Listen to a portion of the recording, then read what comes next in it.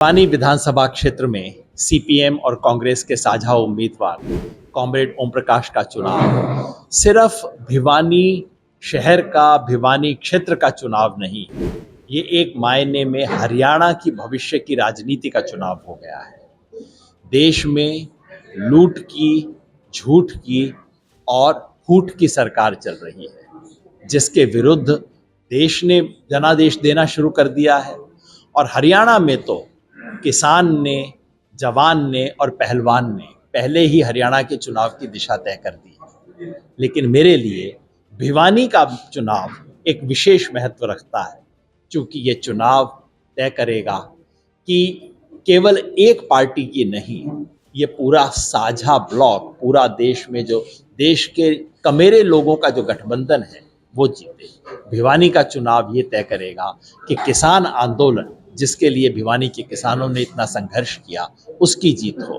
भिवानी का चुनाव ये तय करेगा कि ईमानदार, जमीन पे संघर्ष करने वाले नेता की जीत हो।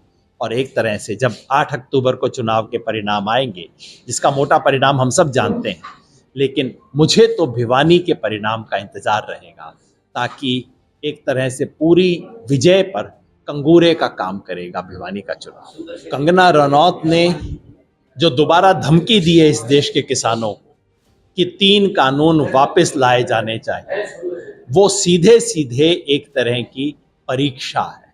इस देश के किसानों की, किसान आंदोलन की परीक्षा है, उन्हें ललकार है, उन्हें चुनौती है। जो भी किसान हैं, किसान परिवार के हैं, किसान हितैषी हैं, उन्हें आज अगर कंगना रनौत को जवाब देना है तो जवाब शब्दों से न दीजिए, किसी और तरीके से न दीजिए, वोट की चोट से जवाब मिलना चाहिए। हरियाणा में किसानों का पर दमन करने वाली, किसानों पे लाठियां चलाने वाली, किसानों को दबाने वाली, उनको गालियां सुनाने वाली और उन्हें अब भी धमकाने वाली इस पार्टी को नेस्त नाबूद कर देना, इस पार्टी को पूरी तरह से खत्म कर देना ही इसका जवाब है।